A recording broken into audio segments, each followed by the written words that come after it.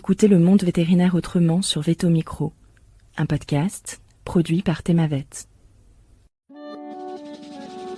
Bonjour, je suis Marine Slove, vétérinaire touche-à-tout, journaliste et fondatrice de Thémavet. Moi, je suis Sophie Hulford, vétote multicasquette, et je me suis fixée comme objectif l'amélioration du quotidien des vétérinaires. Bienvenue sur la saison 2 du podcast qui donne la parole aux vétérinaires. Vous entendrez ici des consoeurs et des confrères, praticiens ou non, raconter leur parcours professionnel, avec leurs réussites, leurs joies, leurs difficultés et leurs échecs aussi parfois. En se confiant sur une tranche de leur existence et en interrogeant leur quotidien professionnel, ils nous démontrent qu'il y a 1000 façons d'être vétérinaire. Nous avons voulu ici nous raconter tels que nous sommes vraiment. Parler de notre rapport au métier bien sûr, mais aussi et avant tout de notre rapport à la vie, à l'animal, à la planète. Ici, pas de tabou, pas de langue de bois et surtout pas de culpabilité. Vous êtes ici chez nous, mais surtout, vous êtes ici chez vous. Belle écoute!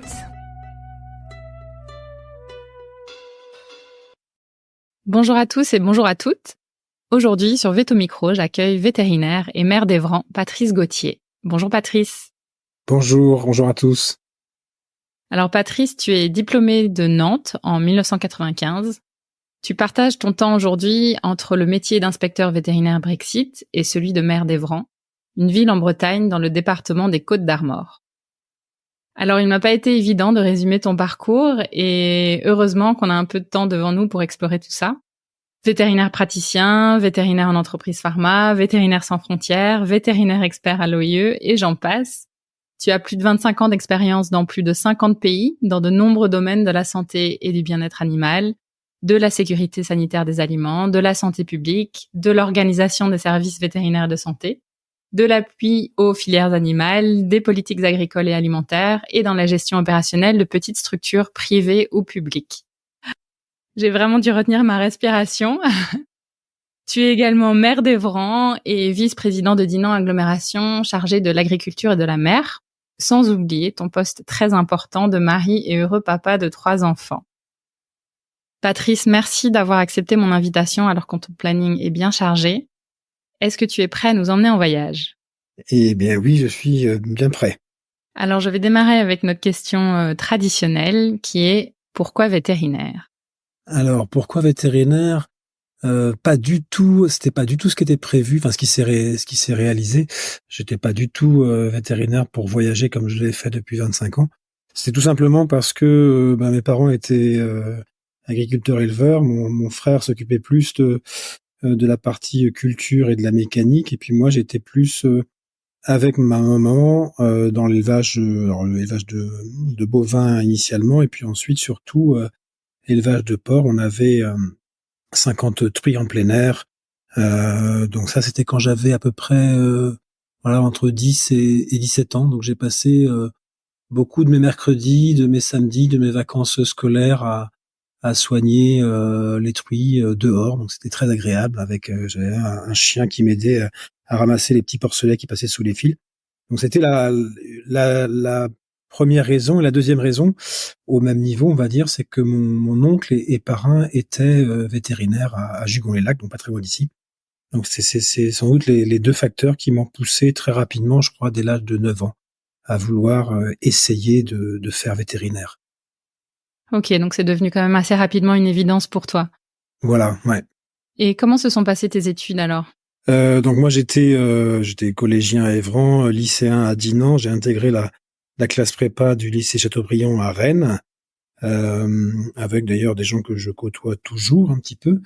Et puis j'ai eu pas mal de chance. Enfin, je me suis mis au boulot, ce qui n'était pas forcément l'évidence quand on arrivait en première année, parce qu'on disait parfois bon, t'inquiète pas la première année, ce sera en deuxième année que tu l'auras le concours. Et puis j'ai pas mal bossé, pas trop fait la fête. Et puis je sais que mon frère habitait presque avec moi à Rennes. Lui, il avait la chance de rentrer tous les week-ends chez les parents parce qu'il avait des études un peu moins exigeantes.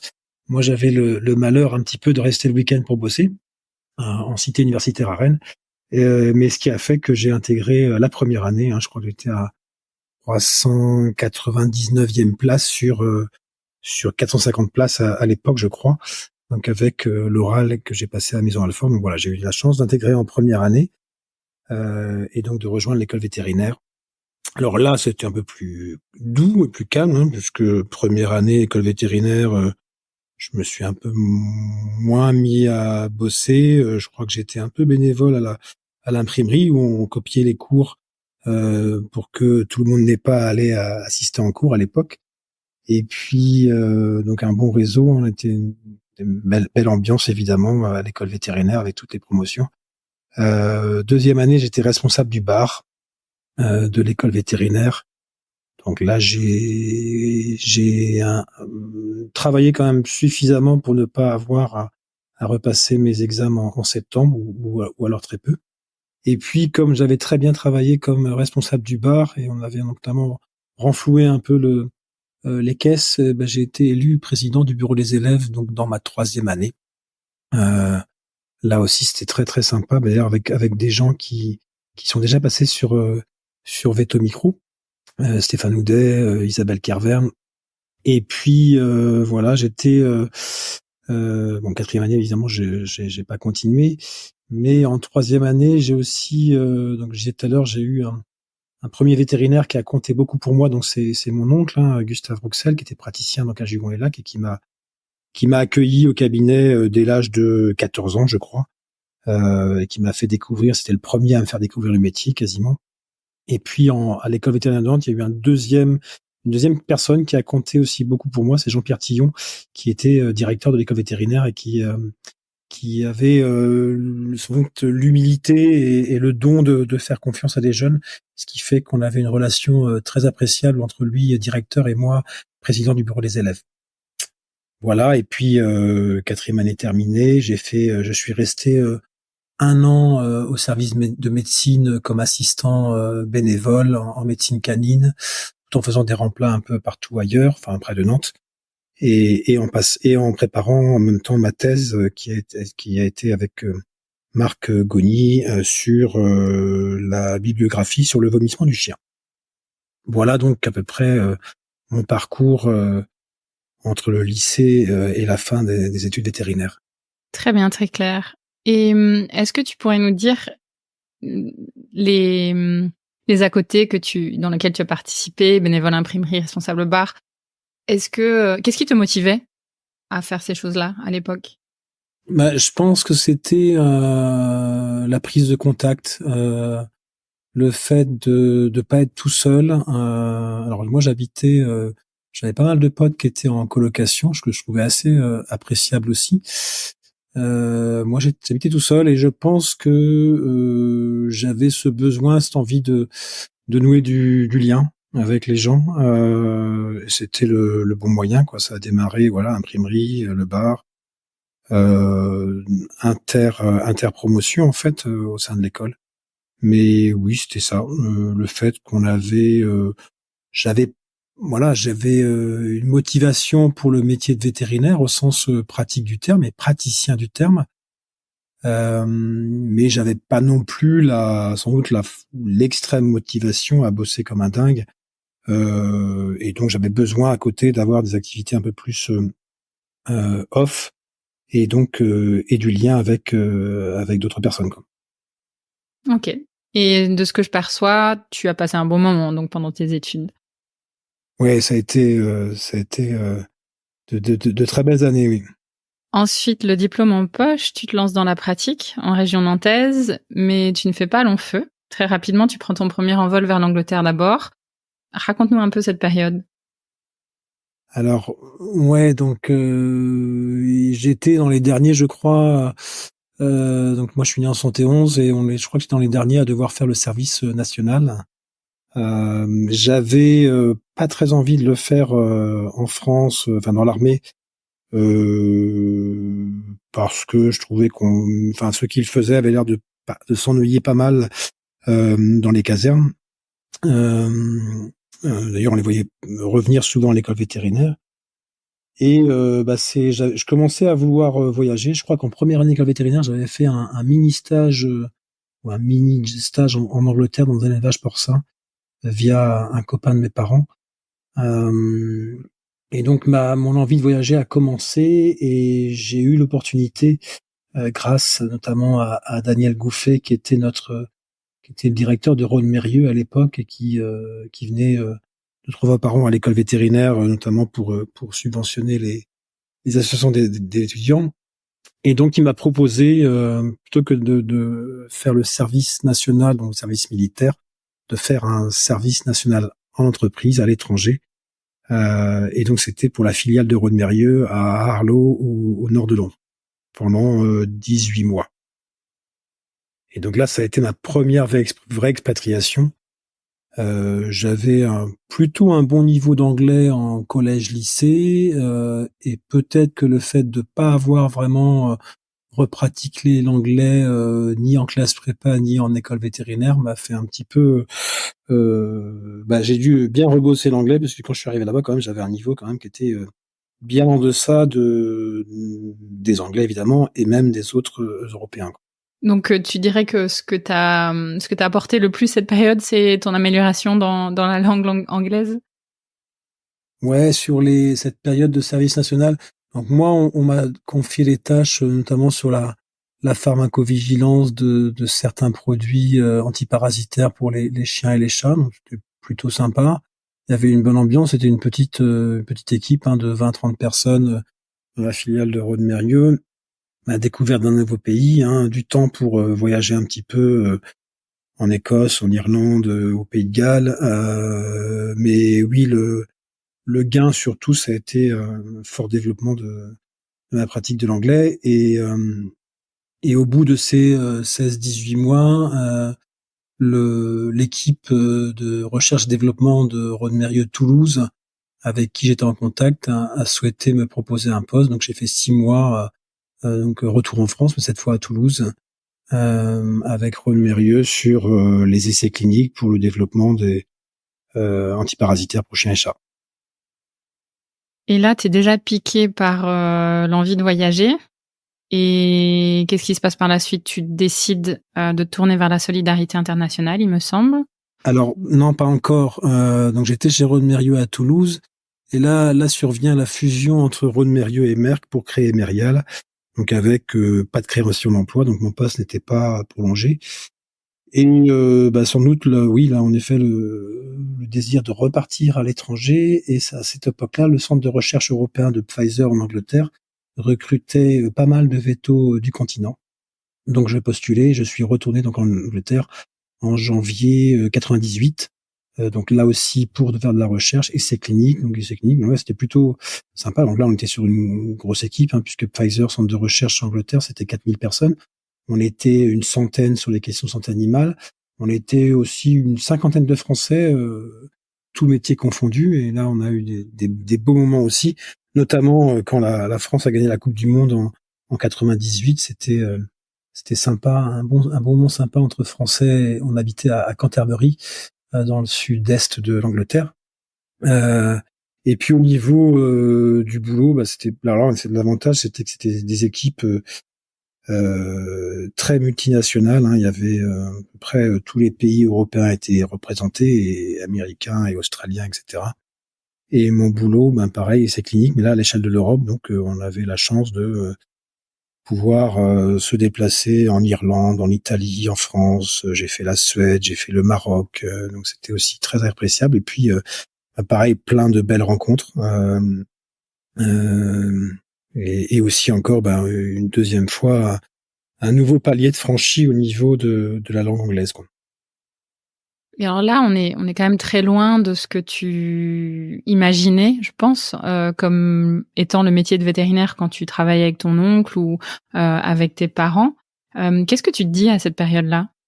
Mais à ce moment-là, oui, c'est là où je me suis un petit peu rendu compte de ce décalage entre mes années passées et la situation. Je pense que j'en ai eu un petit peu marre on dépensait quand même pas mal d'argent pour faire ces essais cliniques-là, pour des nouveaux médicaments vétérinaires, parfois certains qui n'avaient pas forcément une super plus-value par rapport aux médicaments qui existaient sur le marché.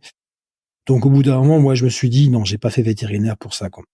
C'est bien, je suis content de l'avoir fait, la recherche, le milieu d'entreprise, et notamment chez Pfizer, il y avait une sorte de fonctionnement d'entreprise qui m'a que j'ai beaucoup appris aussi, qui m'a servi par le passé au niveau management. C'est pas inutile pour faire ensuite d'autres fonctions. Mais voilà, je me suis dit non, c'est bon, j'ai pas donc ouais, le lien avec l'élevage était trop distant avec l'animal, et puis l'envie de voyager, mais d'aller dans des pays plutôt différents. Là, je voyageais pas mal puisque j'allais quasiment tous les mois, soit en Italie, soit en Irlande, mais j'avais envie de m'installer dans un pays nouveau. Et j'ai postulé à ce qui s'appelle, je pense toujours, Voluntary Service Overseas, donc VSO, c'est un peu une organisation qui recrute des volontaires ou des bénévoles pour la solidarité internationale en Angleterre. J'ai pas été pris parce que j'avais pas assez d'expérience en pratique vétérinaire rurale. Et puis j'ai postulé. Et puis à cette époque-là, Vétérinaires sans frontières recrutait un poste pour le Vietnam, et il cherchait quelqu'un avec un profil un peu porc, donc élevage porcin. Et là, mes années entre 10 ans et 15 ans à m'occuper de l'élevage, du petit élevage porcin de mes parents m'ont servi, puisque ça a été ça plus le diplôme vétérinaire, ce qui a fait que j'ai été recruté sur ce poste-là, quoi. Et donc j'ai débarqué au Vietnam en janvier 2000. Et à ce moment-là, c'est un poste type CDI, c'est une mission courte? Alors c'était une mission courte, si je me rappelle, des contrats de 1 an ou 3 ans renouvelables. Alors il faut bien préciser, des contrats de volontaires, donc évidemment le salaire de Pfizer, il fallait l'oublier et redescendre à un niveau. Bon là évidemment j'étais célibataire, donc pas de projet d'investissement, pas de grosses dépenses, donc du moment que j'avais de quoi vivre et un petit peu plus sur place, et puis de pouvoir revenir en France tous les ans, d'avoir une bonne sécurité sociale, c'était suffisant, et ça me permettait de découvrir un pays, un continent que je connaissais pas du tout. Je connaissais personne là-bas. En fait, j'étais plutôt intéressé pour aller plutôt en Afrique ou en Amérique latine. J'avais fait un petit voyage vacances à Cuba en 97, je crois. Mais voilà, il y a eu ce poste sur le Vietnam, et donc du coup, j'ai sauté sur l'occasion. Et qu'est-ce qui te plaît alors dans ce pays? Alors là, initialement, c'était un petit peu comme ma première arrivée en Angleterre en janvier 97, avec la barrière de la langue qui était pas évidente. Là, le Vietnam, pareil. Alors pire évidemment, puisque là, c'est une langue complètement différente, et puis que j'avais jamais appris à l'école auparavant. Donc évidemment, on fonctionne avec interprète, qui n'est pas l'idéal pour le travail au quotidien. Et là, ce qui m'a plu, alors ça a été là aussi les relations, l'accueil qui était vraiment super, la curiosité des gens par rapport à ce qu'on faisait ou d'où on venait, parce que c'était un pays quand même qui était ouvert, mais qui était ouvert que depuis on va dire 5-10 ans, qu'on était encore le Hanoï de 2000 n'a rien à voir avec celui d'aujourd'hui. On était encore avec zéro embouteillage, quasiment pas de feu rouge. On était avec des vieilles motos biélorusses, moteurs de temps. Mais oui, la découverte, les paysages, les pratiques agricoles, élevage, les pratiques tout court des gens, c'était vraiment c'est super de découvrir tout ça. Et puis et très vite. Alors en fait, j'ai pris, je pense au premier trimestre 2000, j'ai dû prendre 2 fois 2 heures de cours de vietnamien. Et puis j'ai arrêté parce qu'en fait, j'ai eu la chance, même si c'était pas forcément ce que tout le monde recherche, mais moi le lundi matin, je partais avec les collègues. On faisait 4 heures à 6 heures de route. On allait en pleine campagne. Dans le nord du Vietnam, un peu vers le Laos. Et là, du coup, j'étais lâché seul français quasiment du lundi au jeudi soir ou vendredi matin. Donc la journée, on travaillait, et je travaillais avec mon interprète, mais le soir, tout seul dans un petit patelin. Soit on reste dans sa chambre tout seul. À l'époque, il y avait ni internet ni une télévision en anglais ou en français. Et donc, la plupart du temps, j'étais à pouvoir dîner ou prendre quelques bières avec les collègues vietnamiens ou les voisins vietnamiens. Et petit à petit, j'ai appris la langue, à l'oreille surtout, à l'oreille et un petit peu à l'écrit avec le boulot. Et ce qui fait qu'au bout de 2 ans, je pouvais largement communiquer en vietnamien. Je pense qu'au bout de 4 ans, j'étais en mesure de faire des discours en vietnamien. Je maîtrise pas bien l'écrit, mais à l'oral, c'est une langue qui n'est pas si difficile que ça quand on l'apprend sur place et quand on est bien intégré. Bravo, hein. Et c'était alors le fait de maîtriser au moins oralement la langue vietnamienne, c'était une porte qui s'ouvrait de manière incroyable, quoi. Ça n'avait rien à voir par rapport à la situation de départ, à devoir travailler avec un interprète. Oui, ça a dû changer complètement ton expérience du pays, du boulot, et puis t'as aidé finalement à peut-être prolonger ton temps là-bas. Peut-être que tu serais pas resté si longtemps si t'avais pas eu cette maîtrise. Sans doute, ouais. Et c'était notamment dans des pays, on va dire des pays ex-communistes, même si le Vietnam est toujours sous parti unique communiste, mais les pays, j'avais un petit peu rencontré ça aussi en ex-Europe de l'Est quand j'avais fait des missions pour Pfizer en 99. Je l'ai aussi encore plus vécu quand j'ai fait mon petit séjour en Corée du Nord. Mais ces pays anciennement sous bannière politique communiste avaient évidemment des contraintes dans leur manière ou dans leur capacité à s'exprimer avec des étrangers, donc avec beaucoup de freins, d'autocensure de leur part, pour des questions politiques. Et le fait de parler vietnamien et de pouvoir entendre le vietnamien, ça changeait la donne, quand même. On pouvait recevoir beaucoup plus ce que disaient les gens. Très bien. Et ton métier alors, en quoi il consiste? Alors là, bien différent. C'était en fait, VSF avait une expérience dans les années 90 qui s'était mal finie en 2-3 ans, mais surtout au sud du Vietnam. Et là, on redémarrait, mais via un plus gros programme agricole, le programme Fleuve Rouge, donc coopération française. Donc moi, j'étais là tout seul pour VSF, en travaillant avec ces équipes-là. Et il s'agissait d'aider les petits paysans vietnamiens dans la montagne là, à développer leur petit élevage porcin initialement, volaille après, un petit peu bovin.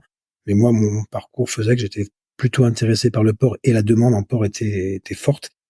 En gros, donc les gens avaient on va dire même pas 1 hectare de rizière, ils avaient quelques bananiers, ils avaient évidemment une vingtaine de poules, un peu de canards, un bœuf ou une vache ou un buffle pour l'attraction animale surtout.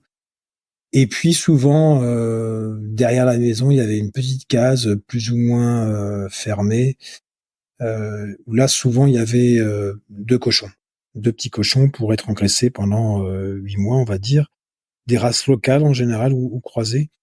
Il y avait peu de gens à avoir une truie, et donc en fait les gens commençaient comme ça. Ils commençaient avec ils achetaient un cochon sur le marché, donc un cochon de 2-3 mois, je sais pas, peut-être 20 kilos.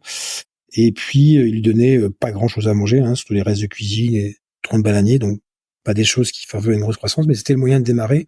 Et c'était un petit peu leur tirelire. Et quand ils pouvaient soit abattre le cochon pour s'offrir, pour aider à payer un veau peut-être, ou pour aider à réparer la moto, ou alors abattre le cochon pour la fête du Nouvel An lunaire. Et voilà, c'était le démarrage. Et le but en fait de notre action, c'était de les aider à aller un tout petit peu plus vite, c'est-à-dire d'avoir peut-être 2 cochons et ensuite de passer avec une truie pour pouvoir produire eux-mêmes leur porcelet et en vendre aux voisins. Et donc, notre action, elle se faisait un peu sur des conseils en alimentation, sur essayer d'inciter un peu plus à la vaccination. On était dans une zone très proche du fleuve Rouge, qui descend de Chine et qui se verse à peu près au niveau de la baie d'Along. Et donc, on était en bord du fleuve Rouge. Et quand il y avait les grosses pluies en été, donc avec une montée forte du fleuve Rouge, l'eau se rapprochait, inondait en partie les rizières. Et donc les rats, notamment, se rapprochaient beaucoup des habitations, donc avec une flambée de leptospirose sur les cochons. Donc on avait toute une démarche à essayer de convaincre et et d'inciter à améliorer un peu la vaccination, la vermifucation et l'alimentation, en essayant de faire en sorte qu'ils arrivent à tirer un petit peu plus de revenus un petit peu plus rapidement que la période passée, quoi. Et concrètement, sur le terrain, comment ça se passait? Vous alliez de village en village On avait une petite base donc dans le district de Taimba et Aharwa, dans la province de Futon, et on partait de là parfois en voiture, en 4x4. C'était plutôt rare. Et puis sinon, on avait nos motos là, les motos à moteur de temps qui étaient fabriquées à Minsk, en Biélorussie, et ce qu'on appelle les MIS là, qui étaient très bien à la campagne.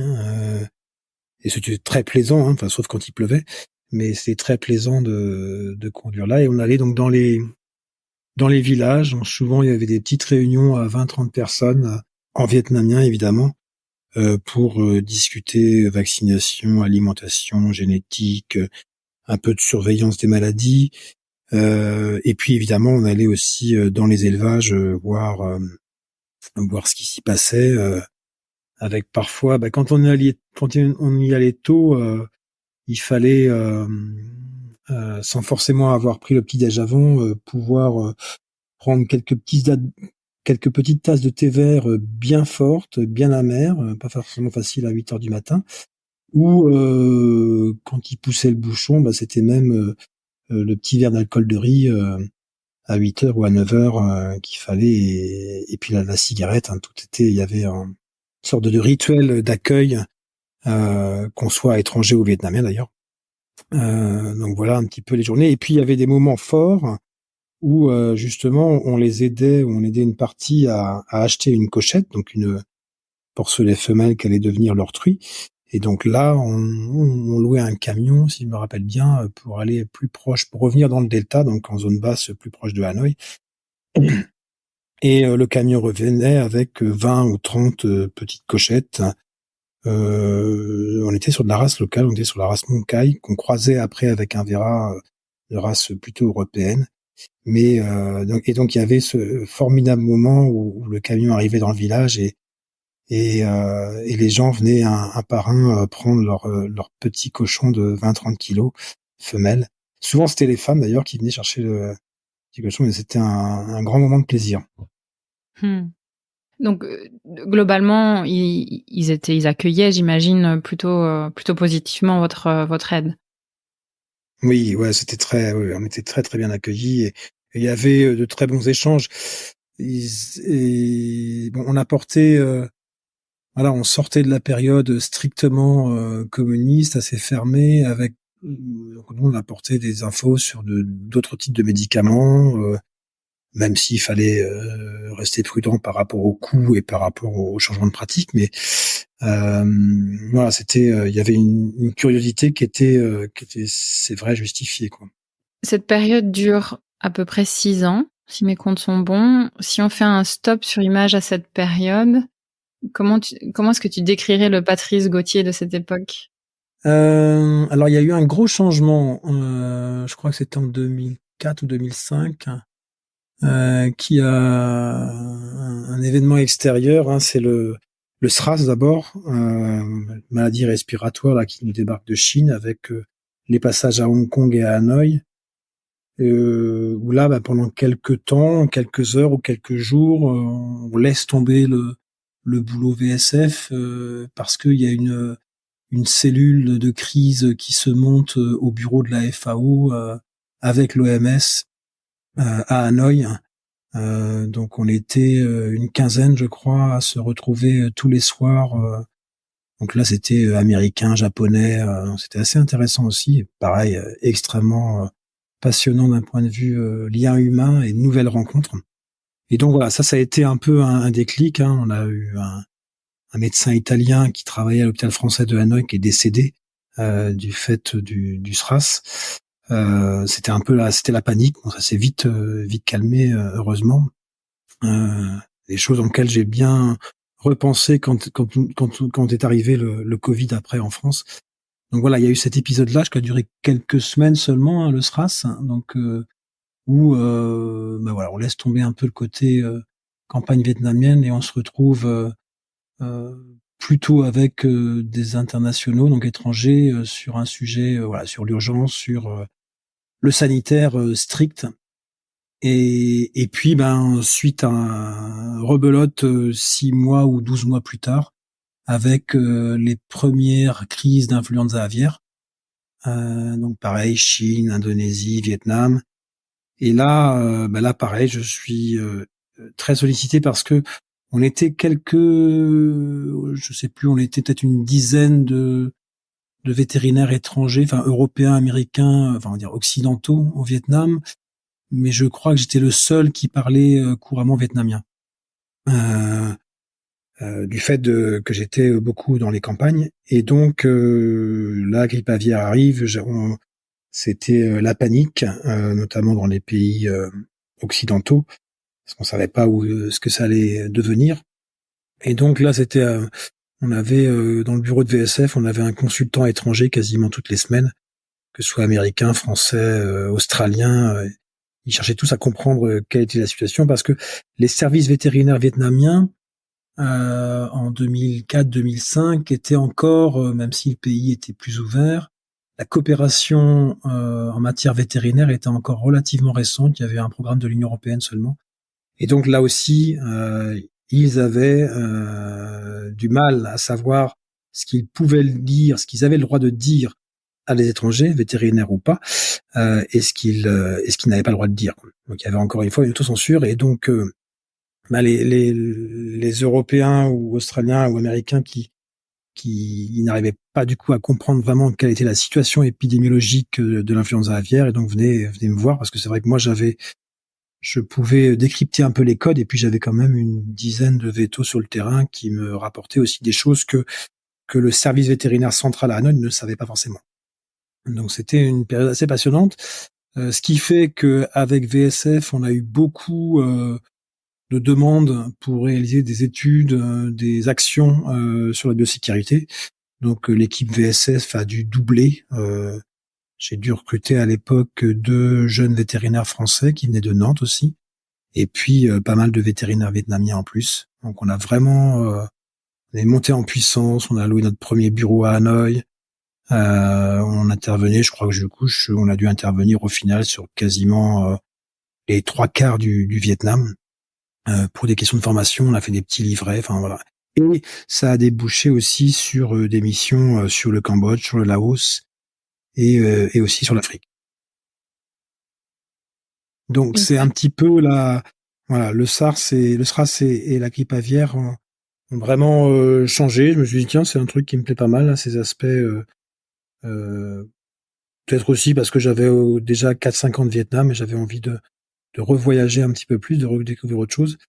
Et puis c'est aussi à ce moment-là où donc le troisième vétérinaire qui a compté pas mal pour moi, donc en plus de Gustave Rouxel, de Jean-Pierre Tillon, et donc c'est là où je rencontre Bernard Valade, qui était le directeur de l'OIE à l'époque, qui avait sans doute besoin de vétérinaires très terrain dans ces pays-là. Et donc 2006-2007, c'est là où je deviens, c'est là où l'OIE lance son équipe de consultants pour les missions d'évaluation des services vétérinaires dans les pays en voie de développement notamment.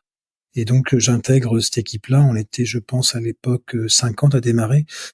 J'étais un des rares vétos non fonctionnaires dans les équipes, ce qui fait que j'étais un de ceux, en tout cas entre 2007 je crois et 2017, j'étais un de ceux qui a fait le plus de missions OIE, en tout cas pour l'évaluation des services vétérinaires. L'OIE a conçu un outil qui permettait vraiment de faire le point sur je crois qu'il y avait 40 ou 50 compétences critiques, donc 40 ou 50 points ou éléments, et on faisait vraiment le point de manière précise sur chacun de ces points-là, que ce soit la gestion des abattoirs, l'inspection aux frontières, l'épidémiosurveillance, les cliniques privées, la pharmacie, il y avait tous les sujets, le bien-être animal évidemment. Et ça permettait d'avoir quelque chose de moins objectif qu'auparavant, où on envoyait des programmes de coopération, mais sans forcément avoir un diagnostic exhaustif avant de démarrer les projets. Oui, donc si je comprends bien, en fonction du diagnostic, vous mettiez tel ou tel projet en face. par pays. Voilà. À ce moment-là, donc 2006-2007, donc là je quitte VSF, d'ailleurs qui était devenu agronome à Vétérinaires sans frontières. J'avais fait le tour, je pense, au bout de 6 ans. Je pense aussi que je commençais à me rendre compte que notre action, elle était intéressante, utile, mais peut-être que ça n'allait pas assez loin. Je pense que je passais aussi beaucoup de temps à faire des démarches de recherche de financement pour maintenir une équipe, mais parfois avec trop de contraintes. Voilà, et c'est là où je quitte VSF, donc pour devenir consultant. En fait, je faisais ça comme consultant, mais sous VSF, je pouvais le continuer tout seul au Vietnam et ailleurs. Et puis en parallèle, pour ne pas lâcher quand même le côté terrain du Vietnam, avec mon épouse, vietnamienne mais qui n'est pas vétérinaire, on monte, enfin surtout elle, avec une collègue française, elle monte une petite clinique vétérinaire à Hanoï, surtout pour les chiens et les chats. Alors ça, c'était un petit peu aussi parce que moi, on avait le milieu étranger à Hanoï qui m'appelait des fois pour leurs chiens, pour leurs chats le week-end, mais j'étais pas équipé, j'étais plus compétent. Donc voilà, c'était un moyen de se débarrasser un peu de ce sujet-là. Et puis donc la clinique vétérinaire, on a essayé aussi de monter une clinique plutôt pour les porcs, volailles, bovins, mais là ça a pas trop marché. Dans un pays où la pharmacie est déréglementée, c'est compliqué de fonctionner. Vous pouvez trouver n'importe quel médicament dans n'importe quelle pharmacie ou petite boutique. Donc voilà, on ne pouvait pas vraiment de plus-value à vendre du médicament nous-mêmes. Et donc c'était à l'époque encore très très difficile de facturer des consultations en milieu élevage. Donc par contre le chien-chat, ça s'est plutôt bien développé. Et ce qui s'est passé ensuite, c'est donc j'ai eu la chance de mettre en place un projet financé par la coopération américaine où on a essayé,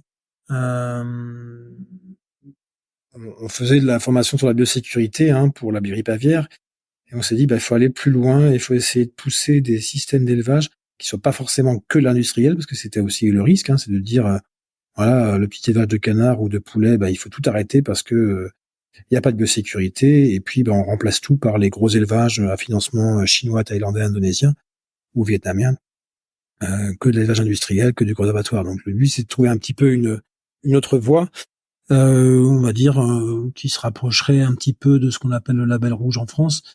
Donc voilà, on a démarré une petite filière avec 3, 4, 5 petites familles vietnamiennes proches de Hanoï, où on leur confiait 1000 poules pondeuses ou des lots de 200 poulets de chair ou du canard. On a même fini par faire un peu de cochon aussi. Alors ça, on l'a fait aussi avec mon épouse parce que on était de plus en plus conscients des gros problèmes de sécurité sanitaire des aliments, des denrées alimentaires au Vietnam. Donc on faisait, nos enfants, nos filles, nos 3 filles sont nés en 2005, 2006, 2009, et on commençait à faire de plus en plus attention parce qu'on savait en fait ce qui se passait. Le fait d'être véto sur le terrain, on savait, connaissait très bien les pratiques, notamment en élevage de poules pondeuses industrielles, où à l'époque c'était un antibiotique administré oralement 1 semaine sur 2. Donc on en déduisait que voilà, un œuf sur 2, enfin non, c'était 1 semaine par mois en administration antibiotique, donc un œuf sur 2 était bourré d'antibiotiques, largement au-delà des limites maximales de résidus. Donc on a commencé à faire gaffe, et donc on s'est dit on va essayer de produire différemment. Donc on a travaillé avec ces petits éleveurs-là, c'était très très sympa aussi.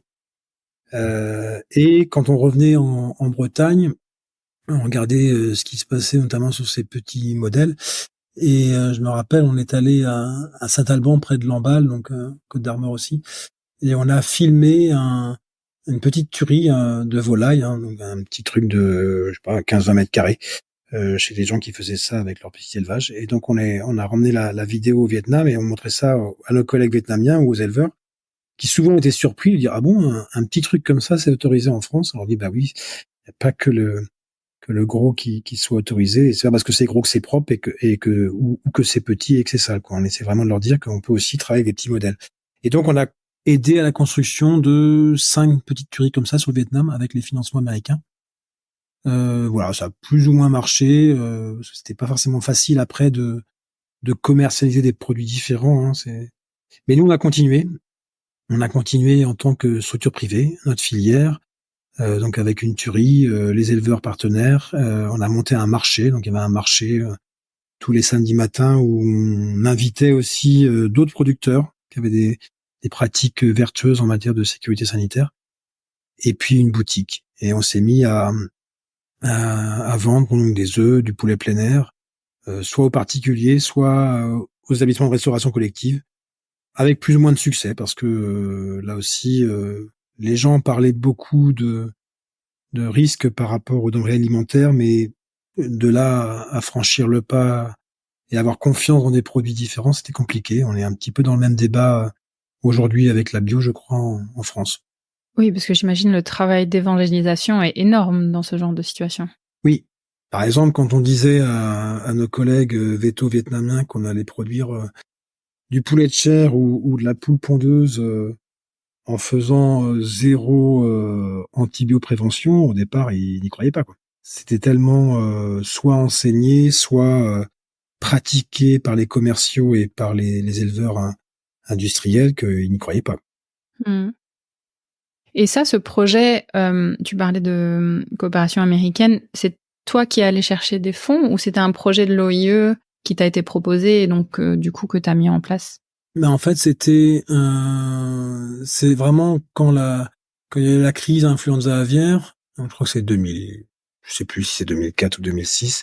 On a vraiment eu, la coopération américaine a été peut-être, c'est sans doute plus facile de bosser avec eux que sur d'autres projets européens ou français.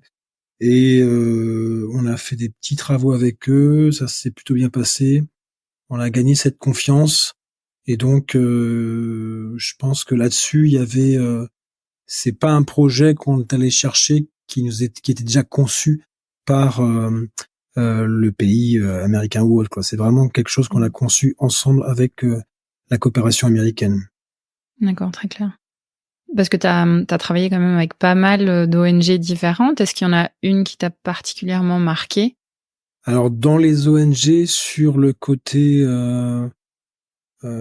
élevage, santé animale, il y en avait très peu de spécialisés. Donc, c'était plutôt nous qui étions en expertise, évidemment. Alors, j'ai pas trop de souvenirs sur dans les coopérations, donc hors ONG, hein. Moi, j'ai travaillé avec Banque mondiale, Agence française du développement, coopération, la FAO. Ouais, je dirais qu'avec USAID, donc la coopération américaine, c'était plutôt pas mal. C'était plutôt pas mal parce qu'il y avait, c'était plus direct, il y avait le dialogue était plus simple.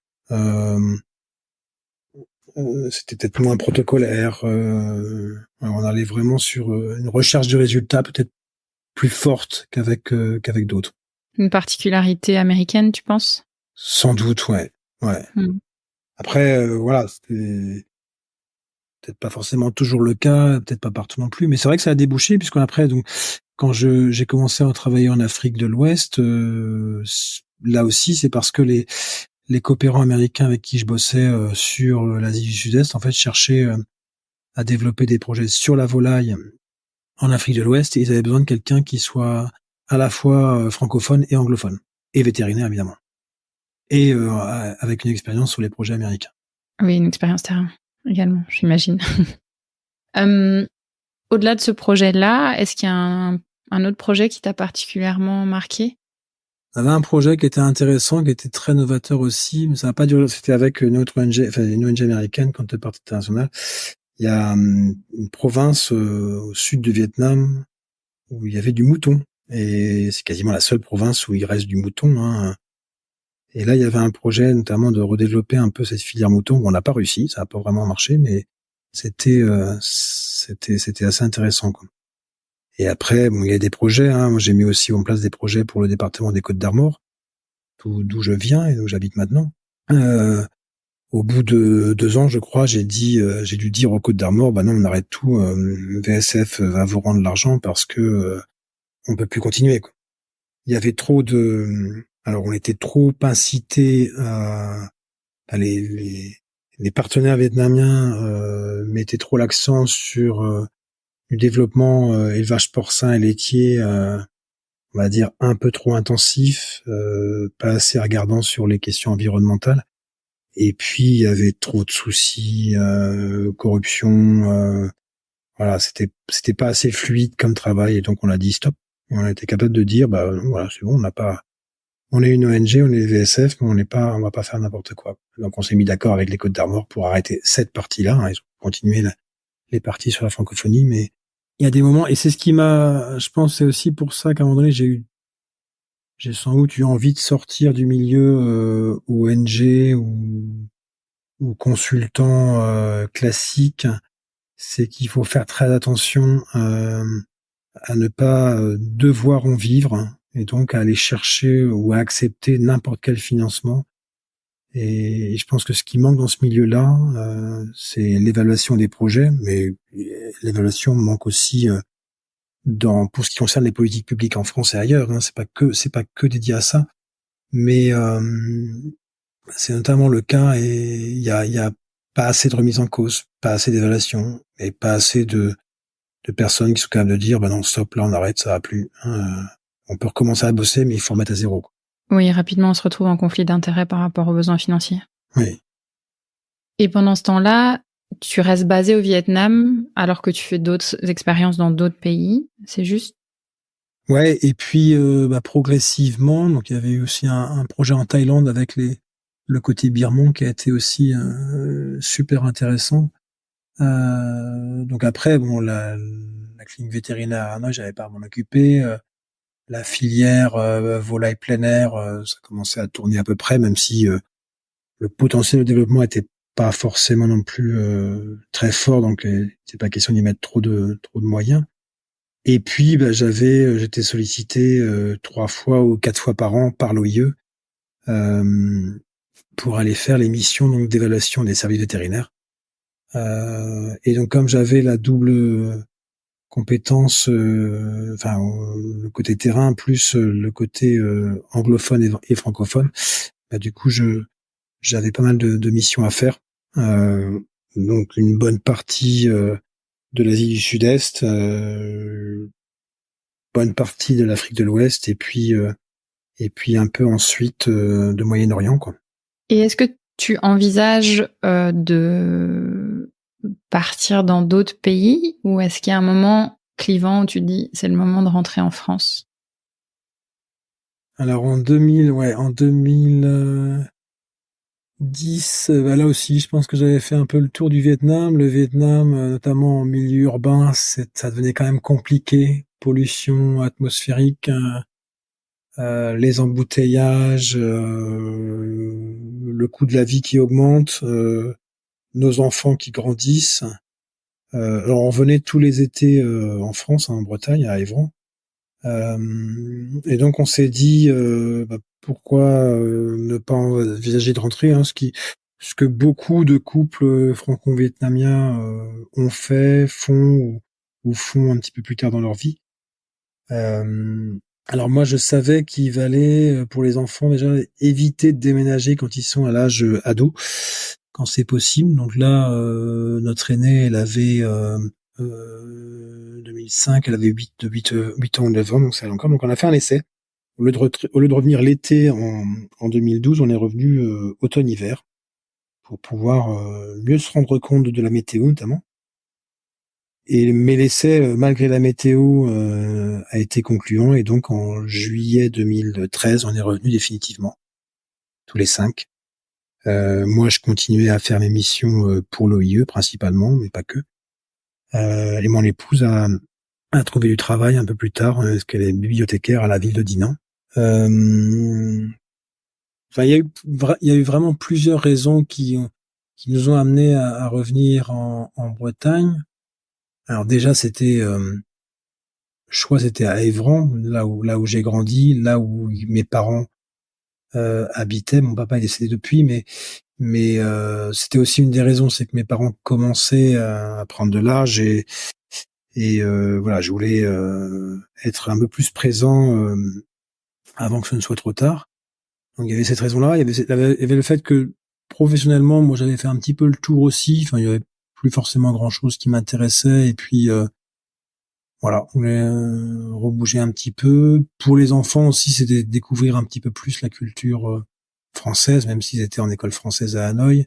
Pour mon épouse aussi, qui n'avait jamais vécu ou travaillé sur du long terme à l'étranger, en France en l'occurrence. Et puis pour la qualité de vie, ne plus être dans les embouteillages, dans un ciel couvert, pollué, voilà, une qualité de vie. J'avais aussi, et alors après, j'étais donc en 2010 ou 11, je crois, j'étais président de l'association des parents d'élèves au lycée français de Hanoï. Et avec des interactions assez fréquentes avec l'ambassade de France, notamment pour le projet de nouveau lycée. Et là, un petit peu, j'ai redécouvert un petit peu ou découvert l'administration française. Et certains fonctionnaires n'avaient pas forcément une relation très d'égal à égal avec les citoyens français qui étaient là-bas. Et c'est un petit peu ça aussi qui m'a motivé à me présenter aux élections une fois rentré en France. C'est le fait que voilà, beaucoup de Français à l'étranger se plaignaient de la France, et donc j'avais vraiment envie, ce besoin de rentrer en France, mais en même temps cette envie de rentrer un petit peu dans le système pour me faire ma propre idée. Et donc on prend un petit peu, mais quand on sort du Vietnam avec où il y a plein de soucis, plein d'inégalités, pas de sécurité sociale, des écoles où il faut payer pour que l'enfant ait un peu une meilleure note, la police de la route qu'il faut aussi payer, même si vous n'avez pas forcément fait une faute en conduisant, et qu'en France on n'est pas tout ça, ou quasiment rien de tous ces aspects-là, tout. Et moi j'avais besoin, voilà, de rentrer un peu dans le système pour voir, mais alors qu'est-ce qui fait que le système ne plaît pas. Et donc c'est un petit peu pour ça que je me suis présenté aux élections en 2014. C'est la première fois que tu as des ambitions politiques ? Oui, même si le fait d'avoir été président de l'association des parents d'élèves à Hanoï, c'est déjà un petit peu une forme d'engagement politique. Le fait d'être maire dans une commune comme Évron où il y a 1800 habitants, mais il y a une grosse activité sans étiquette, donc c'est plutôt une continuité de mes engagements associatifs précédents. Enfin bon, le bureau des élèves à Nantes, c'était déjà aussi un engagement à l'époque. Les parents d'élèves à Hanoï, c'était un engagement, c'était une continuité, plus que un énorme passage vers le côté politique. Et c'est toujours comme ça que je le vois aujourd'hui. Je le vois toujours comme ça aujourd'hui. Je le vois toujours comme même si les missions ont évolué avec différenciation, etc., mais je le vois vraiment comme, pour moi, il y a une vraie passerelle entre un engagement associatif et un engagement politique au sens vie de la cité, quoi. Une volonté de changer les choses, en fait, peut-être. Ouais, d'agir, de pas être tout seul dans son coin et d'agir avec les gens, quoi. Dis-nous, comment est-ce qu'on devient maire alors ? Tu rentres à Évran, 2013, 2014, tu deviens maire. Qu'est-ce qui se passe ? On avait préparé un petit peu lors du séjour de fin 2012, et après, donc, retour au Vietnam en janvier 2013, et on débarque définitivement en juillet 2013, et les élections sont 9 mois plus tard. Donc ça avait été un petit peu préparé. Il y avait aussi des gens sur place que j'avais rencontrés. Alors j'ai eu la chance, mon père avait été adjoint au maire, et mon père était quelqu'un qui était très apprécié ici, était très humble, paysan, fils de paysan, très aidant. Mon grand-père aussi menait le corbillard avec son cheval. Et donc j'ai pas mal de mamies quand je les ai vues en 2013 qui m'ont dit: ah oui, j'ai bien connu votre grand-père avec son cheval et son corbillard. Donc il y a eu des petites choses qui ont fait que ça m'a aidé, plus ma personnalité, mon parcours. Et donc voilà, on a été élus, on a gagné les élections face à l'équipe sortante. On s'est retrouvé élus à quinzaine. Ça s'est pas très bien passé en fait les 6 premières années, parce qu'on avait constitué une équipe un petit peu trop rapidement sans se connaître suffisamment. Et donc ça a un peu clashé. J'ai failli démissionner 1 an avant la fin, c'est-à-dire en 2019. Je me suis quand même accroché, et puis en 2020, on s'est représenté. Donc il y en a 3 avec moi qui ont continué. On a reformé une équipe avec des nouveaux, et donc on a été réélus en 2020 jusque 2026. Et donc là, en effet, j'ai continué une mission OIE. Donc j'étais absent de la mairie et d'Evran 3 fois par an sur des périodes de 2 semaines, donc pour aller Asie du Sud-Est, Afrique ou Moyen-Orient. Et puis le reste du temps, j'étais disponible à temps plein, ce qui était assez rare, ce qui est toujours rare pour un maire non retraité d'être très disponible. Mais il le fallait en même temps, puisque il y avait énormément de choses que je ne connaissais pas du tout, quand on parle d'urbanisme, de social, des EHPAD, il y avait beaucoup de sujets. Et c'était ce qui est intéressant aussi dans la fonction de maire, c'est que on touche à plein de choses. C'est illimité. Alors on n'a pas forcément ni le temps ni les moyens financiers de tout faire, mais on arrive quand même à toucher et à agir sur beaucoup de sujets. C'est peut-être le seul poste où on peut toucher à des choses aussi variées, quoi. Et en termes donc tu as, si je comprends bien, tu as un nombre incalculable de missions. Vous décidez ensemble de quelles sont les missions à adresser, et puis vous mettez les choses en place. C'est un peu ça, en très résumé. Oui, ensemble, oui, c'est ça. Donc on a un conseil municipal où on est 19, plus d'autres instances, où là, mon rôle, c'est de contribuer, de laisser les gens venir avec des idées, de co-concevoir ensemble, et ensuite de faire un suivi et de rendre compte de ce qui est fait. Alors Évran, c'est une petite commune, c'est que 1800 habitants, mais alors c'est 80 fonctionnaires, puisqu'on a un EHPAD, on a une mairie avec des écoles, on a 350 repas le midi en scolaire. C'est beaucoup de boulot. Et puis depuis 2 ans, on a aussi un centre de santé. On avait un départ de nos médecins libéraux en retraite, et donc on n'a pas eu d'autre choix que de créer un centre de santé, c'est-à-dire le système. On a une vingtaine comme ça en Bretagne. Les médecins sont salariés de la commune. Donc là, on a entre 3 et 5 médecins qui sont salariés de la commune, et donc on doit aussi gérer ça. Alors et là, c'est une autre paire de manches, parce que c'est un métier qui est très nouveau pour nous, les maires ou les collectivités locales. Voilà, donc c'est beaucoup de boulot. Il faut arriver à déléguer aux collègues adjoints et conseillers municipaux, sachant que voilà, tout le monde n'a pas forcément énormément de disponibilité. J'ai la chance d'avoir 3 retraités dans l'équipe. Et puis après, il faut travailler au quotidien aussi avec les 80 fonctionnaires, même si on a 2 directrices, une pour l'EHPAD, une pour la mairie. C'est beaucoup de temps à passer, beaucoup de choses à apprendre, parce que les missions évoluent. Mais globalement, voilà, on voit concrètement ce qu'on fait, même si parfois ça prend un petit peu de temps, parce qu'au moment où l'idée survient, où on la peaufine, où on décrit le projet, où on dit c'est bon, on y va, on décide d'y aller. Ensuite, il faut quand même rechercher des financements quand c'est nécessaire, attendre que les financements soient plus ou moins obtenus, faire un appel à candidature pour l'entreprise quand l'entreprise est concernée, faire les travaux. Donc parfois on est sur du temps long. Mais on a la chance de cumuler des projets ou des actions simples, pas chères, courtes, et des projets plus longs, plus réfléchis, plus coûteux. Donc il y a plutôt un bon équilibre. Là, en ce moment, on fait quelque chose qui a presque rien à voir, qui n'est pas dans une mission obligatoire de la mairie, mais qui est une bonne bouffée d'oxygène. On est en train de récolter les témoignages d'une trentaine d'Évranais qui ont connu la libération en 1944. Donc on a une jeune biographe là qui est sur Évran et qui nous aide à faire ça.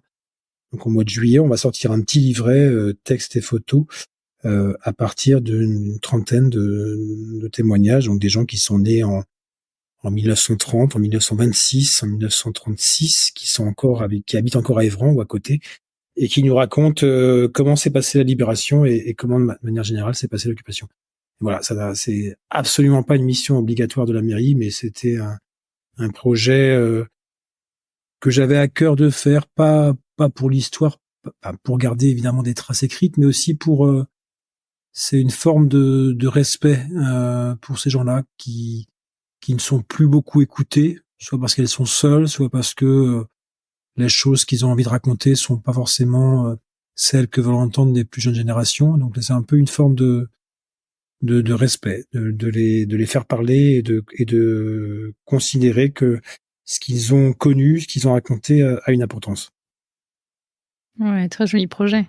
Et ça, ce genre de projet, c'est n'importe qui peut en proposer un, on va dire. Et puis, s'il peut être porteur, et si vous avez les mains et le temps, vous pouvez le mettre en place. Ouais, c'est ce que je disais tout à l'heure, c'est que l'action pour les maires, les conseils municipaux, elle est assez illimitée. Alors évidemment, elle est pas non plus. Il y a des limites au sens finance et temps à consacrer. C'est-à-dire qu'on peut pas avoir des idées. Il y en a plein. Sortir des idées, c'est pas très difficile. Les mettre en œuvre, c'est autre chose. Les mettre en œuvre dans la concertation, c'est-à-dire avoir une idée et la mettre en œuvre tout seul dans son coin, et à la limite faire le boulot tout seul, bon, c'est bien gentil, mais ça peut être utile, c'est utile aussi, mais c'est pas ce qu'on recherche, mais d'avoir une idée, de la partager, de la corriger avec la vie des autres, et puis ensuite de la mettre en œuvre, quoi. On n'est pas, encore une fois, il y a des missions obligatoires de la mairie, qui sont pas forcément, donc c'est-à-dire le scolaire, le social, l'urbanisme, l'état civil, etc., qui sont difficiles déjà à gérer parce qu'on a des budgets qui sont assez ric-rac sur une commune comme Évran.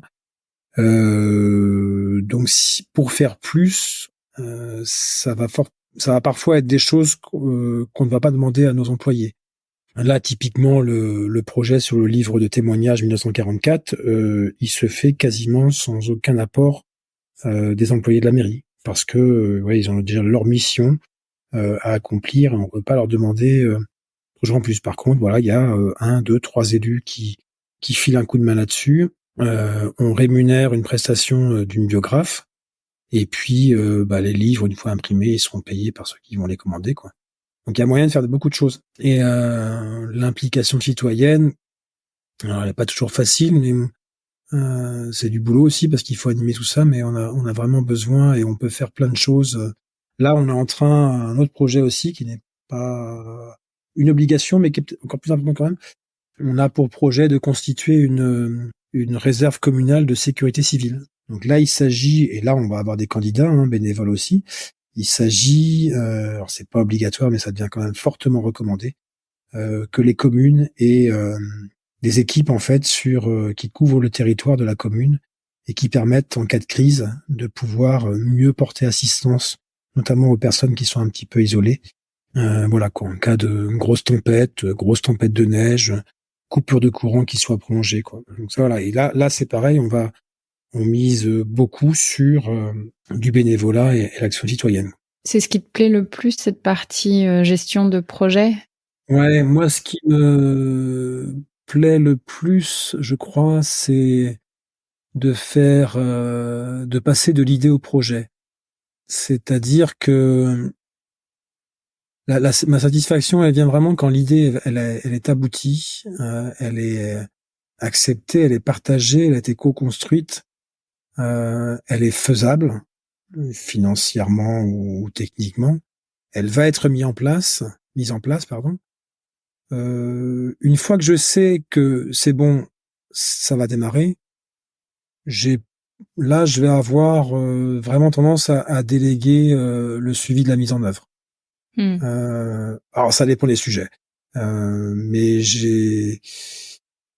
après tout dépend de par qui on est épaulé, mais c'est vrai que je sais pas pourquoi, mais bon, le projet est fini évidemment. Mais voilà, par exemple sur des projets de construction de bâtiments ou d'extension, j'ai pas forcément les compétences techniques pour suivre les travaux.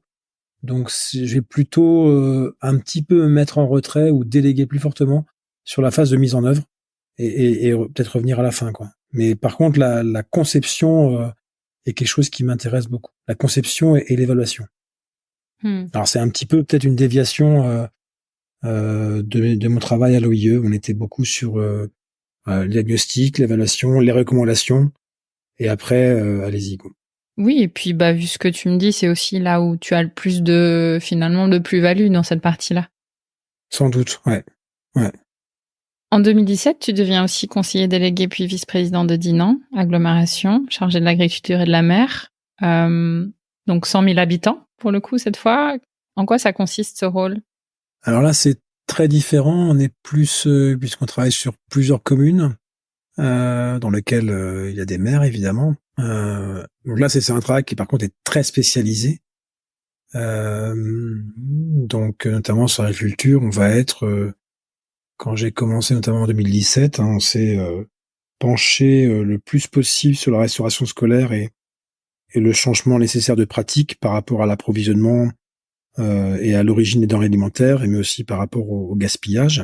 Donc, voilà, on démarrait comme ça. Maintenant, on y a ajouté quand même un gros travail sur la transmission des fermes, des exploitations agricoles, et l'installation. Donc voilà, là on est différents, plus petites équipes, parce que j'ai eu une chargée de mission avec moi là-dessus. On est sur un territoire qu'on connaît beaucoup moins bien, puisque on passe d'une commune qu'on connaît très bien, où on est né, où on a grandi, à 65 communes. Donc, même s'il y a des liens familiaux ou amicaux ou professionnels avec les communes.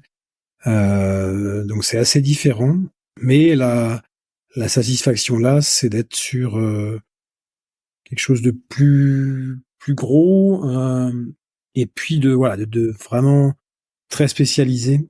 Et le travail sur le changement des pratiques, hein, en restauration collective, notamment en lien avec la loi Egalim, il reste difficile, hein, il avance doucement à Évran comme ailleurs, hein, mais c'est encore pas simple, hein, pour avancer plus vite. Le travail sur la transmission des fermes et l'installation des jeunes, là aussi c'est un travail qui va... Ce qu'on fait aujourd'hui à essayer de convaincre, donc on va avoir en fait, j'ai une équipe aussi de citoyens, hein, jeunes bénévoles, retraités agricoles, qui m'aident, hein, qui quadrillent un petit peu le territoire de Dinan et qui vont à la rencontre de ceux qui vont partir en retraite dans les 5 ans, de manière à ce que on ait le plus possible de transmission pour de l'installation agricole ou de l'agrandissement modéré, justifié, plutôt que du 100% agrandissement exagéré.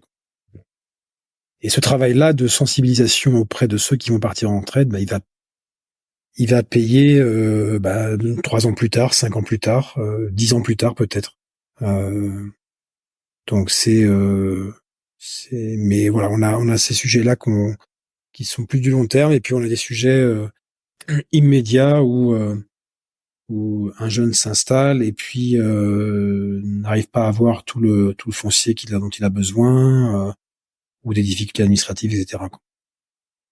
Et là, on est sur donc Dinan Agglomération, hein, comme cette partie de la Bretagne, c'est un territoire qui est très bovin-lait, avec un petit peu de porc, beaucoup de culture et un petit peu de volaille, on va dire, et très peu de maraîchage, pas mal de pommes acides quand même. Mais c'est un territoire qui va évoluer, qu'il y ait une action publique ou pas. Alors après, l'action publique, elle est importante, hein. On a un risque quand même d'agrandissement exagéré, parce que le foncier attire. Il y a pas un lopin de terre qui reste libre, quasiment. Il y a des gens qui sont prêts à mettre des gros sous pour avoir la terre. Donc une économie agricole qui va plutôt bien, hein. Enfin, en 2023, les prix sur le lait et sur le porc ont été plutôt bons. Moi qui le dis, hein, c'est les centres comptables ou les banques ou les copains agris. Mais c'est un territoire qui va évoluer dans le sens où on va sans doute avoir moins de bovins lait, mais qu'il faut qu'on rééquilibre, parce qu'on a beau parler de souveraineté alimentaire, et en Bretagne on parle souvent de souveraineté alimentaire, sauf qu'en fait on n'est pas du tout en souveraineté alimentaire, puisqu'on a évidemment beaucoup de lait, produit et vendu, mais on n'est pas autosuffisant en pommes à couteau, en fruits rouges, en légumineuses, en produits laitiers caprins au vin, en viande ovine, etc. Donc c'est un territoire qui va, comme d'autres, hein, pour d'autres c'est peut-être encore plus le cas, qui va évoluer. Il faut accepter de dire, bah voilà, il y aura un peu moins d'éleveurs de vaches laitières, même si c'était historiquement l'activité phare depuis 50 ans. Mais par contre, on a besoin de plus de maraîchers, plus de fruitiers, plus de caprins, plus d'ovins pour rééquilibrer un petit peu les choses. Et concrètement, pour faire ça, comment ça se passe? Alors, tout à l'heure, je disais que c'est un territoire où des productions qui vont évoluer quasiment quelle que soit l'action publique, puisqu'en fait, ce qui se passe, c'est qu'on a moins de jeunes qui veulent s'installer en bovin-lait, et on a par contre beaucoup plus de candidats qu'auparavant sur des projets de maraîchage, de fruitiers, d'ovins, de caprins. Okay. Ou de paysans boulangers, par exemple. Donc ceux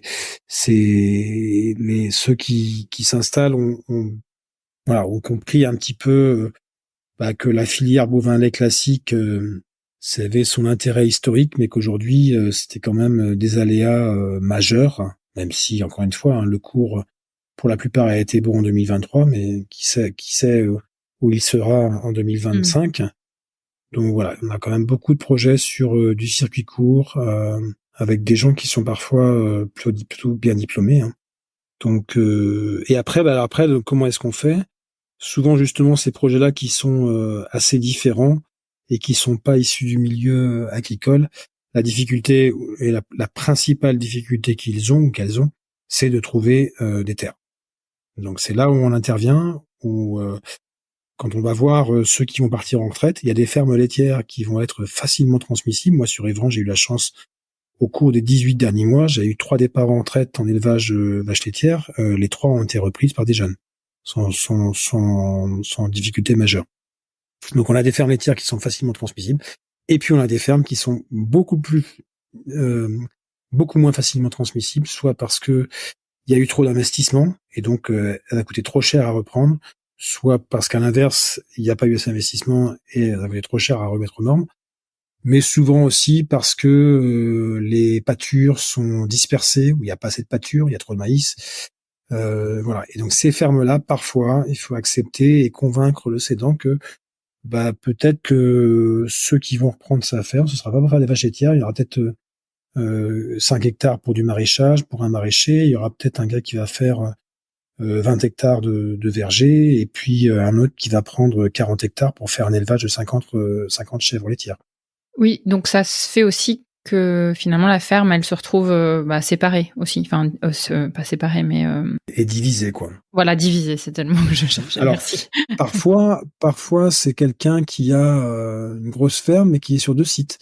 C'est-à-dire qu'il avait son site historique, et puis il a une ferme plus grosse parce que à 3 km ou à 5 km, il a repris la ferme de son oncle ou de son cousin. Donc, en fait, ces 2 fermes historiques qui n'en font qu'une aujourd'hui, peuvent redevenir 2 fermes séparées, quoi. D'accord, clair. Et en plus de tout ça, tu es aussi vétérinaire inspecteur pour le Brexit au CIVEB, je pense que c'est comme ça qu'on dit. Déjà, qu'est-ce que c'est? Et puis, je serais intéressée aussi que nous dises un peu comment tu répartis ton temps entre toutes ces choses. Alors, comment dire? Donc, en 2019, je crois que j'ai fait mes dernières missions pour lui en 2019, après avoir fait boulot très plaisant, hein, le voyage. J'ai vu des pays extraordinaires. Le premier pays, c'était le Rwanda, avec l'histoire du génocide. C'était passionnant, superbe accueil. Et puis des pays comme la Birmanie, la Corée du Nord, évidemment, le Libéria, la Jordanie, la Palestine, côté Cisjordanie. Et puis en 2019, j'ai commencé aussi à considérer que j'avais fait le tour. Alors c'est vrai que c'est un peu... là, mon boulot de maire, je suis à 10 ans comme maire. C'est la première fois que je passe 10 ans dans les mêmes fonctions, quoi. C'est vrai que j'ai toujours bougé au bout de 4 ans ou 6 ans, je crois. Mais voilà, en 2019, je crois que j'avais un peu fait le tour des missions de l'OIE. J'étais un peu déçu par le fait que quand on faisait ces missions d'évaluation conseil des services vétérinaires, et quand on revenait 3 ans ou 5 ans après, il y avait eu peu d'évolution. Et c'est là où c'est aussi en proportion avec le boulot de maire, où on arrive à agir sur plein de choses, et on arrive vraiment à agir, quoi, et rapidement, quoi. C'était quand même un écart trop fort pour moi entre ce boulot de maire et cette action à l'étranger où les résultats existent, mais ça avance pas assez vite. Et donc il y a eu ça. Et puis le fait qu'il y avait les élections en 2020, donc il fallait que je passe un peu plus de temps à préparer ça.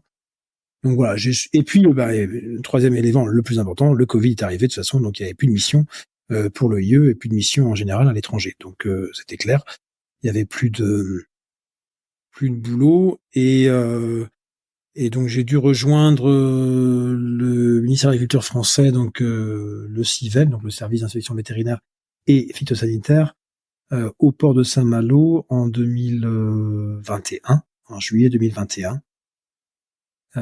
C'était au moment où le ministère a eu besoin de renforcer les équipes en veto et en techniciens pour préparer la mise en place du Brexit. Et la mise en place du Brexit qui voulait dire donc la remise en place des contrôles sanitaires et phytosanitaires pour les animaux et denrées animales en provenance du Royaume-Uni. Donc les ports de Roscoff, Saint-Malo, Ouistreham, Dieppe, Cherbourg, Dunkerque, Calais, etc., Le Havre. Et donc, il y a eu un fort besoin de vétérinaires. On a une équipe de 5 ou 6 vétérinaires maintenant à Saint-Malo, une partie à temps partiel.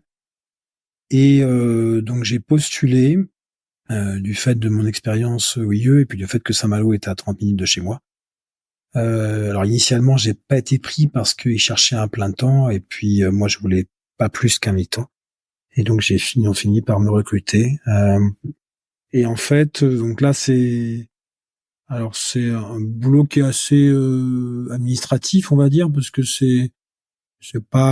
on fait pas forcément ce travail-là, on fait pas forcément vétérinaire pour faire ce travail-là.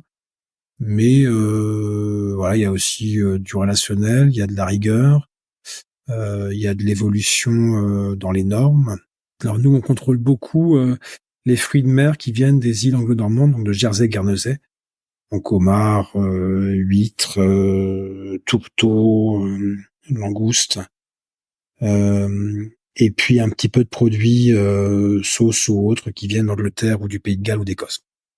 Et donc moi je m'organise, donc je suis à mi-temps, donc en général je fais le lundi, le jeudi, quelques soirs dans la semaine, parce qu'il y a des bateaux qui arrivent aussi le soir, et puis un samedi sur 2 à peu près, tout le matin. C'est un travail qui demande pas mal de flexibilité sur les horaires, en partie, pas que, mais en partie. Mais qui est plutôt bien. On est très bien situé puisqu'on est tout près de Intramuros Saint-Malo, donc on est plutôt pas mal. On n'est pas dans un gros port au milieu de containers. Et est-ce qu'il y a quelque chose qui te plaît particulièrement dans ce travail-là? Alors le lieu me plaît, le fait aussi de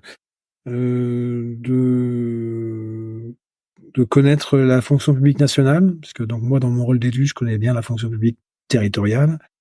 Donc ça m'a permis aussi de comprendre un petit peu mieux comment ça se passe dans un service déconcentré du ministère.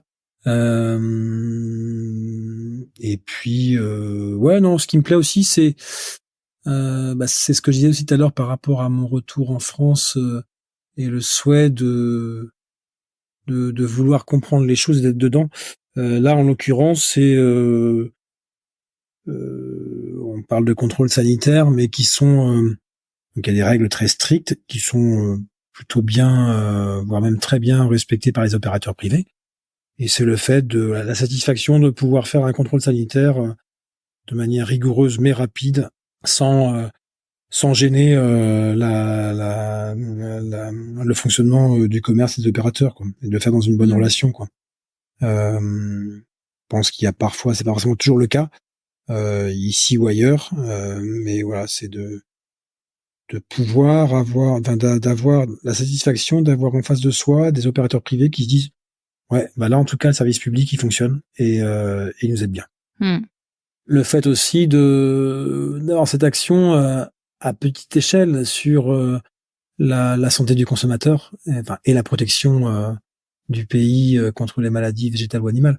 Mais là aussi, même si on contrôle les denrées qui viennent de Jersey-Guernesey et du Royaume-Uni, donc c'est pas des denrées qui viennent d'un pays complètement à la ramasse au niveau contrôle vétérinaire, mais voilà, c'est une petite pierre au sein de tous les contrôles sanitaires et phytosanitaires qui sont faits en France et en Europe. Et voilà, c'est cette satisfaction-là aussi de vérifier soi-même entre guillemets que il y a bien des contrôles et que quand les choses sont pas respectées, il y a une action. Hein.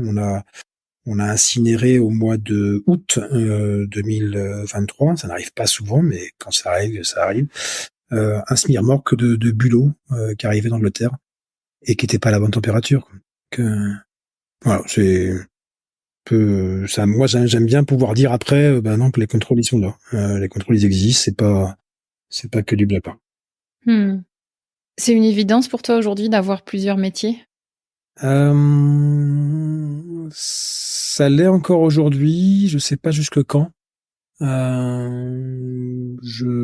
sais que je dois faire attention quand même parce que je m'applique beaucoup. Je dépasse parfois ma fonction d'élu. C'est dans le sens où quand je sais, et que ce soit à la mairie d'Evran ou à Dinan Agglomération, quand je sais que les employés ne vont pas avoir assez le temps ou parfois la compétence spécifique sur le sujet pour avancer suffisamment vite, je vais mettre la main à la pâte. Et donc parce que c'est aussi ce qui me plaît. Moi, je suis pas un élu qui reste là juste pour faire les signatures et les grands discours ou les inaugurations ou les grands conseils municipaux. C'est pas ma tasse de thé. Je suis là pour mettre la main à la pâte. Mais voilà, parfois on va un petit peu trop loin et puis je sais que aujourd'hui je dois me freiner sur tout à l'heure je disais que ce que j'aimais bien c'est justement de faire passer une idée à un projet, et aujourd'hui parfois je me dis là stop, pour les 3 mois à venir je mets un frein à toutes les idées nouvelles, quoi. En tout cas à celles qui viennent de ma part. Donc ouais, c'est pas mal. Le fait c'est en même temps d'avoir ces 3 casquettes entre guillemets entre le Brexit à Saint-Malo, Dinan Agglomération sur l'agriculture et la mer, la mairie d'Evran, c'est aussi un équilibre. Donc c'est un équilibre entre 3 fonctions qui sont plutôt différentes. Mais voilà, après je sais pas si c'est quelque chose que je poursuivrai. Les prochaines élections sont en 2026. Je ne sais pas si je poursuivrai à ce rythme-là ou pas. J'ai aussi, comme je disais tout à l'heure, ça fait déjà 10 ans. 2026, ça fera donc 12 ans comme maire. Si je pouvais faire un petit break de quelques semaines, je ferais un bilan de compétences pour voir un petit peu, parce qu'au final, moi, ma seule formation, c'est ma formation de vétérinaire, au sens diplôme. J'ai sans doute acquis beaucoup de choses de par tout ce parcours, mais j'ai besoin de le mettre, de l'objectiver. Et donc voilà, si j'avais quelques jours ou quelques semaines à consacrer, ce serait pour un bilan de compétences, pour voir justement c'est quoi la prochaine étape, ou quelles pourraient être les prochaines étapes. Très intéressant, ça allait à peu près être ma question, je vais du coup la reformuler, j'allais parler de compétences, mais j'allais te demander, ou je te demande, si tu compares le Patrice de quand t'es sorti d'études, et puis le Patrice après 6 ans au Vietnam et le Patrice maintenant, quelles sont selon toi justement les compétences que tu penses avoir acquis? Qu'est-ce qui fait que aujourd'hui tu fais bien le métier, les 3 métiers dont on a parlé? Qu'est-ce que j'ai acquis? Je pense que j'ai beaucoup. Alors, ça c'est peut-être le côté, le milieu vietnamien. C'est ce que je disais à la fois tout à l'heure, c'est le Vietnam, c'est à la fois très accueillant et à la fois rude. C'est bon, encore une fois, quand on maîtrise la langue, c'est plus facile. Mais le Vietnam m'a apporté encore plus d'humilité, même si mes parents m'en ont pas mal inculqué. Et voilà, plus d'humilité, plus de modération peut-être. Le boulot de maire m'a apporté de la retenue, j'allais dire de la sagesse presque. En tout cas, je sais que à mes débuts en 2014, j'étais pas du tout aussi sage entre guillemets qu'aujourd'hui. Donc, de plus en plus de retenue, de recherche d'efficience, de travail en équipe, de devoir bien superviser ou bien déléguer plutôt que d'avoir soi-même sa soi-disant superbe idée qu'on va superbement mettre en œuvre tout seul dans son coin. Donc c'est cette capacité à pouvoir prendre des décisions rapidement aussi ou moins rapidement des fois quand c'est nécessaire. Mais le côté peut-être, je pense que j'ai peut-être aujourd'hui aussi pas toujours, mais un côté apaisant. Pas toujours, pas suffisamment encore sans doute, mais je pense que ça c'est quelque chose que j'ai acquis aussi. Et après, voilà, au niveau management, sans doute des avancées, mais qui sont très acquises sur le terrain, sans forcément les bons outils. Voilà, tout ça serait vraiment à objectiver par une sorte de bilan de compétences. J'en ai jamais fait. Je l'ai suivi un petit peu parce que j'ai 2 employés à la mairie qui en ont fait un. Mais c'est des choses que je conseille fortement et je pense qu'on devrait tous être en mesure et être presque financés ou cofinancés pour en faire un quasiment tous les 10 ans au cours de sa carrière. Donc j'ai appris beaucoup de choses, mais le fait que ce soit dans tellement de pays, j'allais dire dans 3 langues, français, vietnamien, anglais, et dans des structures tellement différentes que peut-être qu'au final, le gars qui fera mon bilan de compétences me dit, alors là, vous êtes complètement planté parce qu'en 30 ans, vous avez fait plein de choses, mais au final, vous n'avez pas un profil suffisamment intéressant. Enfin, je pense que j'exagère, mais et voilà, c'est pour dire que c'est pas facile. C'est pas facile de se représenter au bout de ce parcours-là.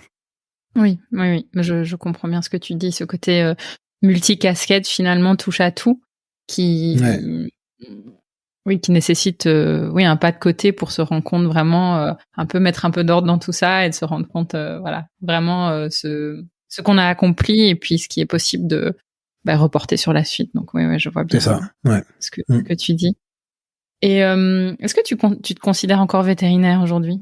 Alors oui, et bon, c'est mon boulot à Saint-Malo qui me raccroche le plus évidemment.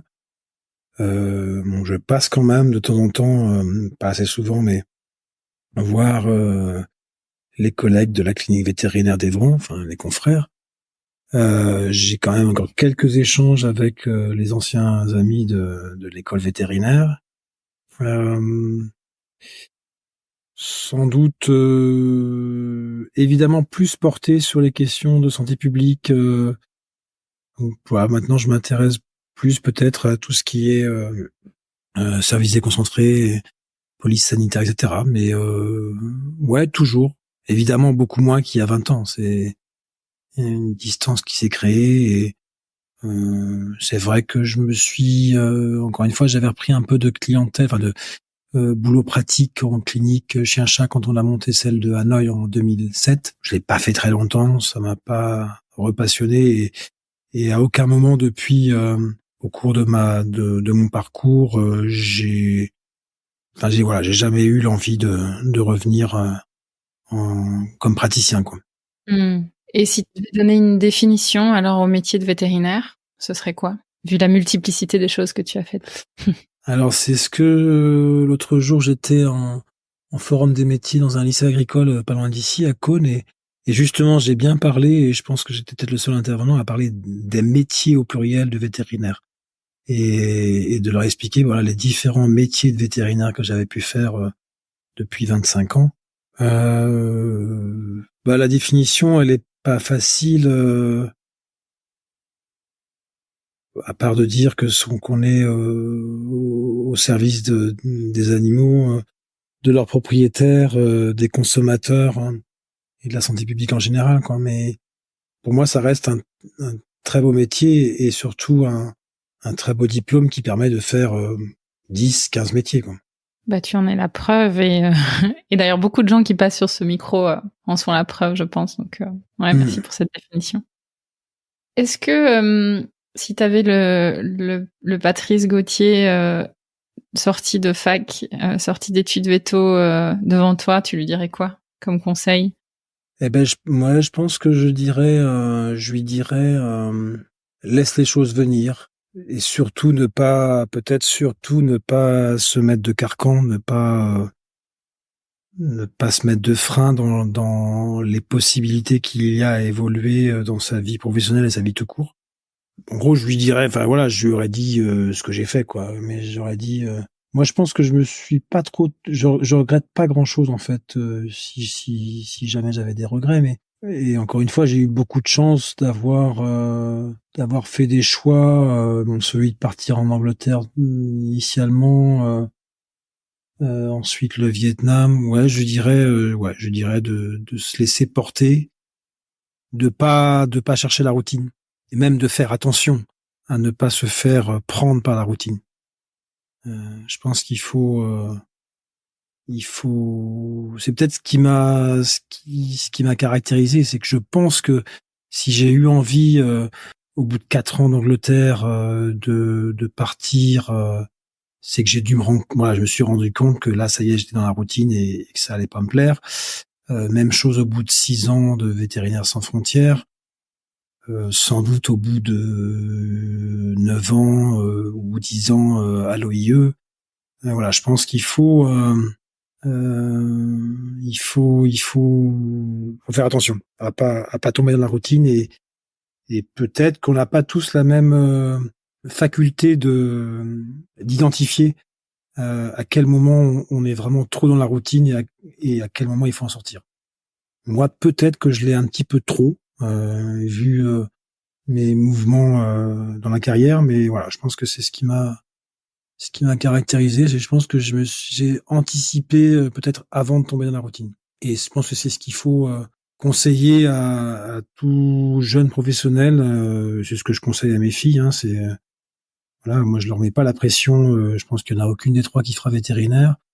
Je leur mets pas la pression sur le niveau de diplôme qu'elles doivent atteindre au cours de leurs études post-bac.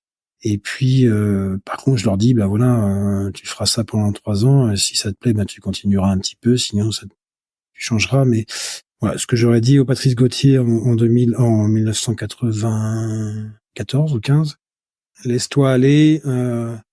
Pas forcément de planification au-delà de 5 ans. Et puis, ne tombe pas dans la routine. De bons conseils. J'espère. On a parlé de plein de choses. Alors, il y a plein de choses dont on n'a pas parlé, notamment de tous tes autres voyages. Est-ce que tu aimerais rajouter quelque chose ou parler d'une anecdote en particulier? Non, il y a des voyages qui m'ont beaucoup marqué. Hein. La Corée du Nord, évidemment, avec ce dernier pays strictement communiste. On en sort au bout des 2 semaines, on sort un petit peu la tête embrouillée après 2 semaines de sorte de discours compliqué avec les Coréens. Le Rwanda aussi, quand vous arrivez dans le pays où il s'est passé des choses dramatiques quelques années auparavant, c'est un petit peu perturbant et super intéressant en même temps.